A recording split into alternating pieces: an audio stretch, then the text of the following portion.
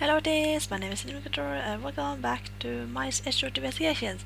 So in the last episode we found out that Miss Pops is one of the kidnappers and we also found out that Miss Pops and Mr. Deacon is father and daughter, and Noah Agent Lang is what's called he thought of an argument or something, and don't of course remember, but we are going to cross-examine it now. So yeah, let's just begin.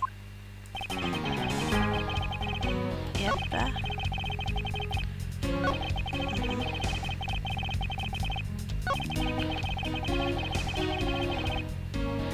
But there's a contradiction here because there were 3 people. Objection!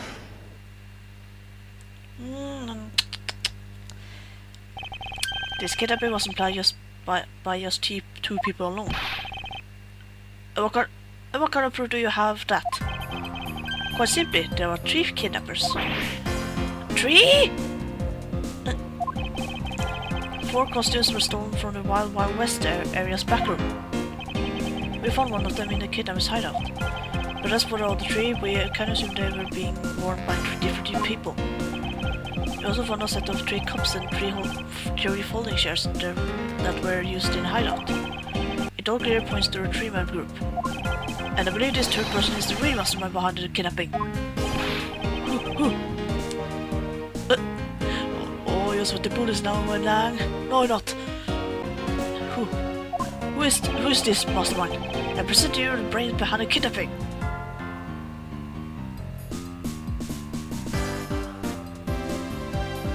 I don't know who it is.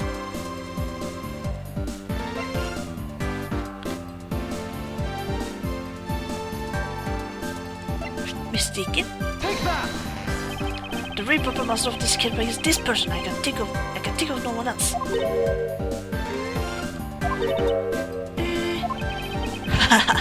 I can think of no one else, which is a faulty logic, assume, Mr. Prosecutor.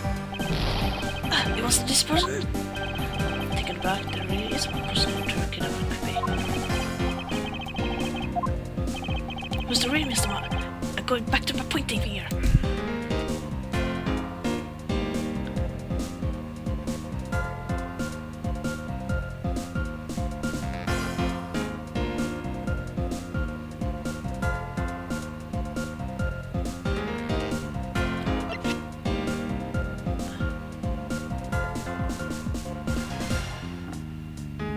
Take that! What? What? Lazamano?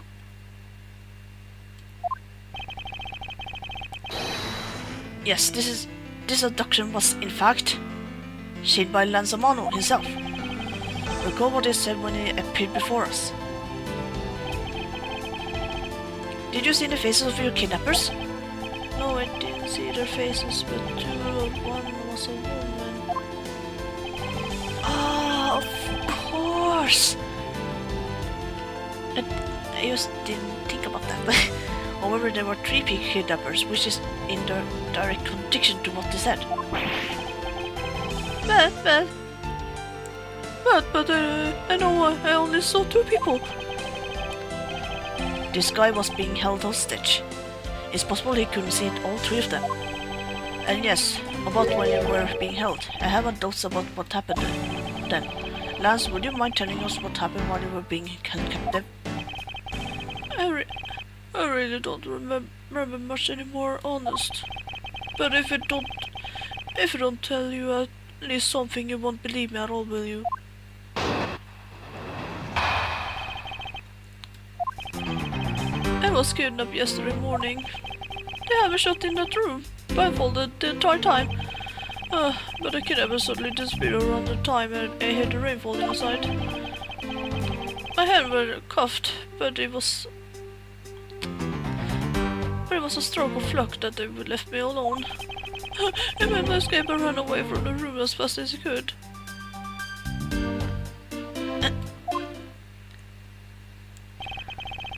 Through the underground passageway, I presume. Are you okay?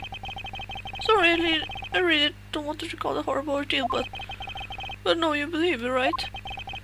No, not quite. Quite yet. Ah, how can you not? Why do you look at me with icy daggers in your eyes? Because he's a prosecutor and because they all like that.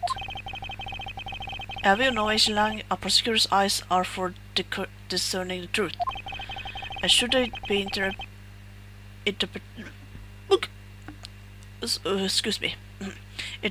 to be cruel at times, then so be it.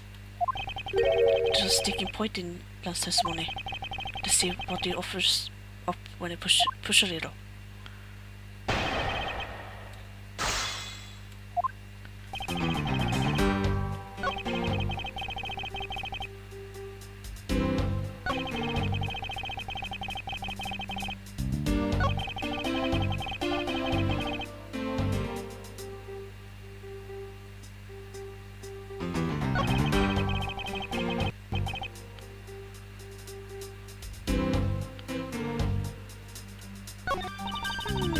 Why does that bring back memories of our situation and how we made our escape? Indeed, and although the door in the floor of our room led to another room, the door in the floor of the next room had a secret passageway. A secret passageway on a teapot! Oh, that just sounds like so much fun! I wonder if there's something off about the way Lance made his escape.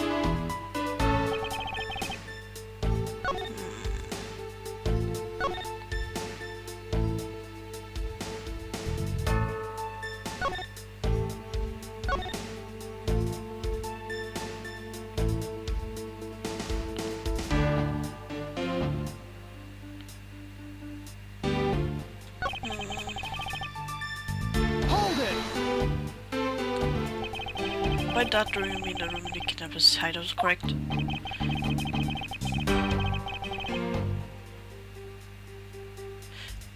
Yes, but it was blindfolded the whole time, so I didn't know that it made my escape.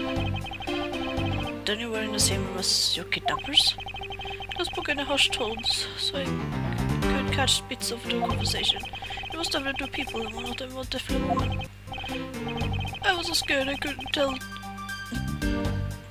I could tell they were nearby, so I didn't dare make a move.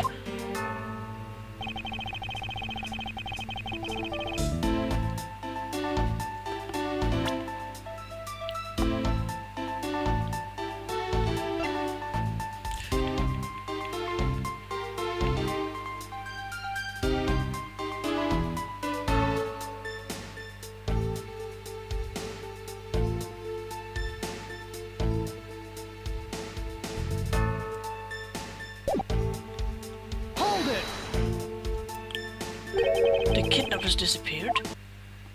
The room fell into a sudden silence. They have been left behind like an unwanted mutt.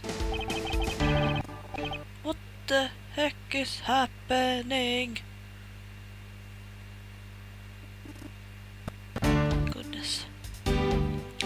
Sorry if my recording stops suddenly in the middle of the dialogue. What do I mean by unwanted mutt? What about this question? It's like it's going to tell you anything new, you know? It's a poetic simile. You should learn how to use them too. You may look pretty fine on the outside. Must be the wind effect. But it's no good if you're not really fine on the inside as well.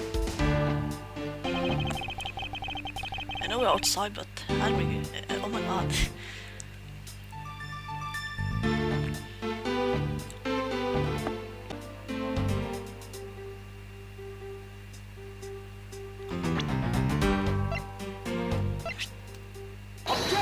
Dang it! The door was jammed, so...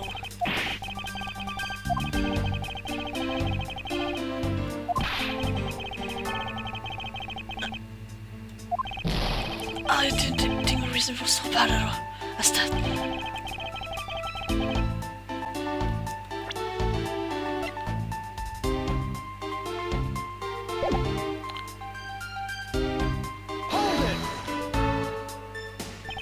How did you manage to escape? I wanted to get out of there, but the door leading outside was locked. Which is why I had to use the underground passageway to make my escape. A rumor escape to be equally as hard. It's an invaluable piece of evidence. You must let this go unexamined. Yes, no, it is. Objection! Yes. You said that the door leading outside was locked, but was it really? The cuffs went off. You're talking about that room behind the saloon front, right? Look, I hear that it took quite a few men to get that thing open, right, Sheena? What should I give her voice?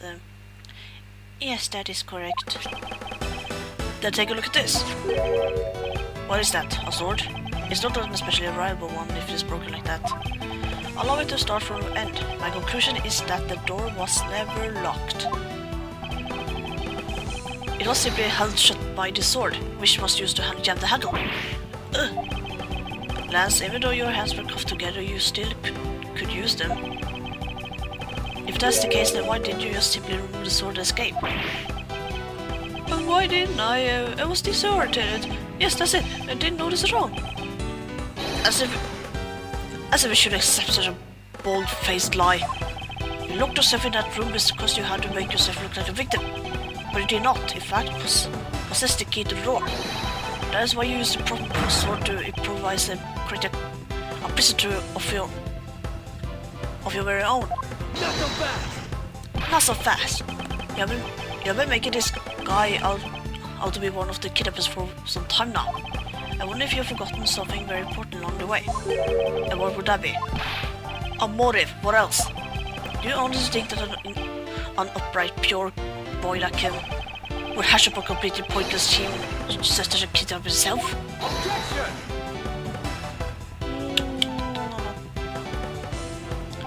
Did prove that Lance did have a motive to commit this crime.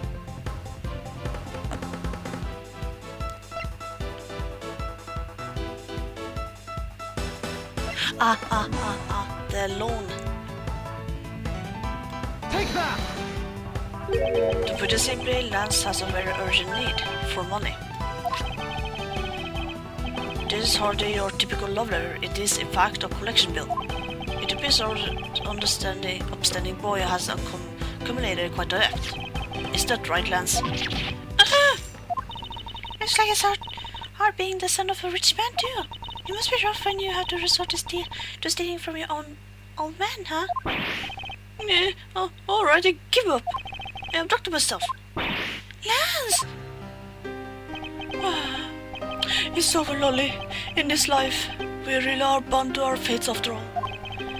All I wanted was to go with you to a new town, somewhere where no one would know us. I wanted us to be well off with the 1 million, but now the dream is over. Oh, Lance! Then you're giving yourself up? Yes, I had planned to run away from this world with my Lolly. Oliver really helped us with the plan, but then you had to go and stab us back in the back. You turned on you? Maybe you didn't want to split the ransom money, that's my guess. It happened almost right after you made the drop-off.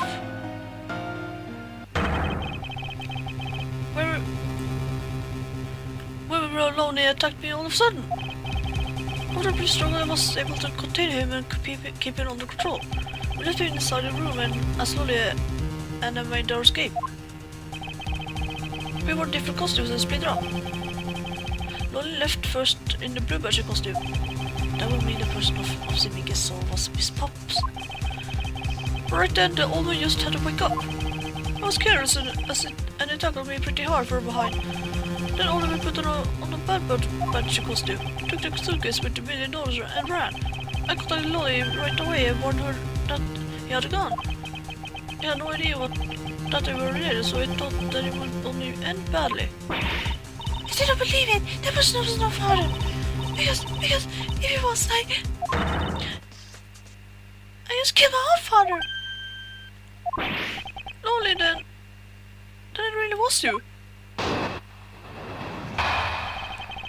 Stop playing with the scissors, Bobs. The man was not my father, I mean, because After at the stadium, there was a patching bullet in the suitcase with the 1 million in it.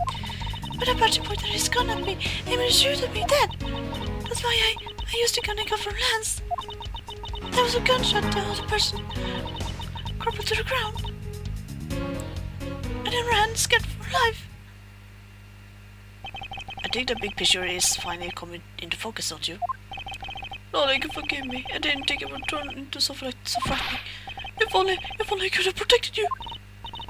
So Miss Pops, she shot her own dad without even knowing who he was.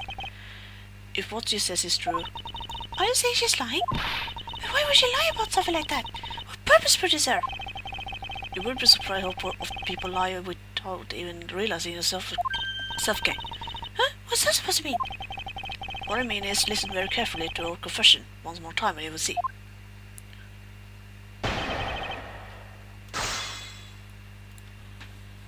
Let's begin again.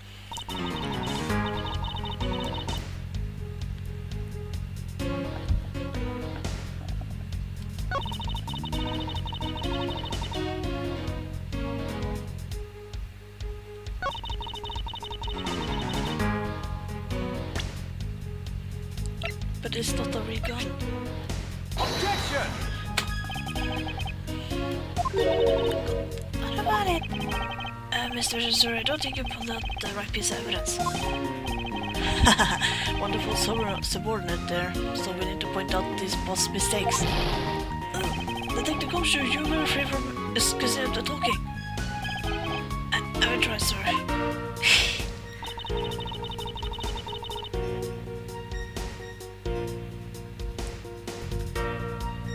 Hold it! Were you able to clearly see the gun? Yes, I got a very good look at it while it was pointed at me. Oh, Father, why would you try to shoot me? Do you think a father will shoot his own daughter, Mr. Edgeworth? I don't know. I don't really know what to believe it myself. But it's true, my father left arm was raised with a gun in it. Put it straight at me. I'm about to die at top. Miss Pops! Please calm down and take a deep breath. Then would you allow me to please hear that last statement one more time? Yes, of course.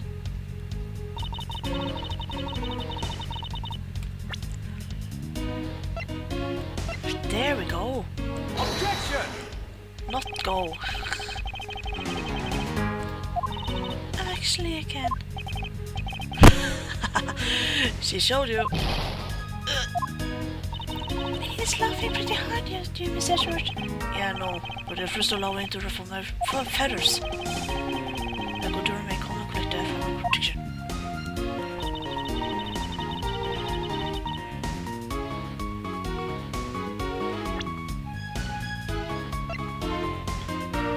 Wait, do we have to look at the check? Ah, okay. Objection! Check his autopsy. Not autopsy, but his profile. I have here a dossier on your father. And according to this, your father was right-handed. The person pointing a gun at you from on top of the stage was not mistaken. Knock him back! Hold on there, Mr. Prosecutor. I think you need to take a refresher course. The barber has a model gun attached to his right hand, which is why the only hand he could have held the gun with was his left. Isn't it possible that it went down like that? Is the line, were you paying attention to what Miss Pops was saying? Then again, I suppose you gotta accept someone who had never set foot in court to catch it. Enough of this smugness. What was it already? Miss Pops told us earlier. There was a bad patching bullet in the suitcase with the 1 million. According to you, the barber had a gun in his left hand, which would mean that he was pulling the suitcase with his right hand. Is that correct, Miss Pops? Yes, exactly. Sure, it was a bad badger. He had also used sunglasses on his face. But if that's the case, then even I can see that there's a huge contradiction. Yes, Miss Pops claims to have seen a bad badger, and yet the bad badger had both of his heads full. These two pieces of information contradict each other, so one must be wrong. They were both correct. Impossible. Impossible, that just leaves us with the irresolvable contradiction. Miss Bob's entire statement rests on the fact that she saw him glass his beer. But then, what if the Bad Badger wasn't wearing pants on his lower half? This proves that there was a way for Bad Badger to freely use one of his hands.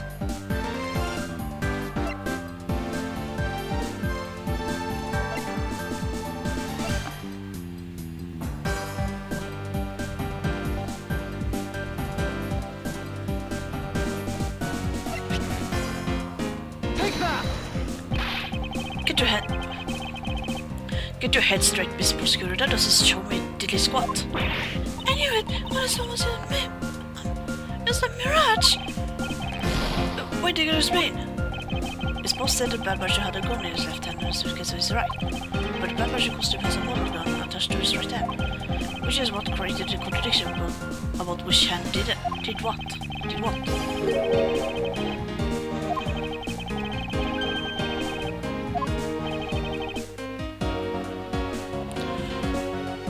Wear pants?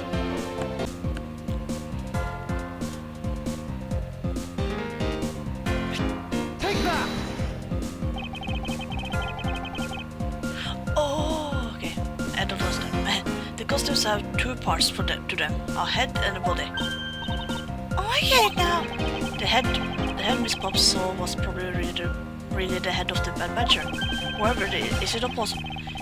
Is it possible that the body was that of an entirely different badger? A different badger? Yes, or to put it more bluntly, I believe it was the lower half of the badger. The body of the Bad Badger Miss Puff saw really belonged to this badger.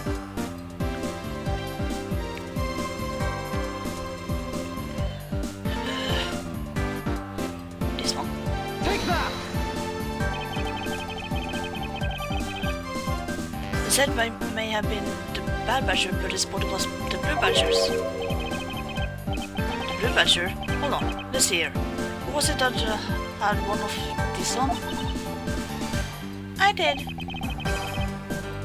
And so did Officer Biggest Pal. Haha, nice try, but your logic is just a tad illogical. Officer Biggest has been placed under arrest, after all. Wait! I'd like to strike what you said for the record and give my expression on you. Oh my god. Take that! What? What the heck is this? What's it? What the heck is it? Is the Proto-Badger? Yes, it is a simple matter of process of elimination. Miss Pops were wearing the Blue Badger costume, so we can eliminate that one. And the Pink Badger is of the wrong color, so which would have been incredibly obvious. All that is left is the Proto-Badger costume. Miss Pops, who was the one who wore the Proto-Badger costume? That would be Lance. Are you saying what I think?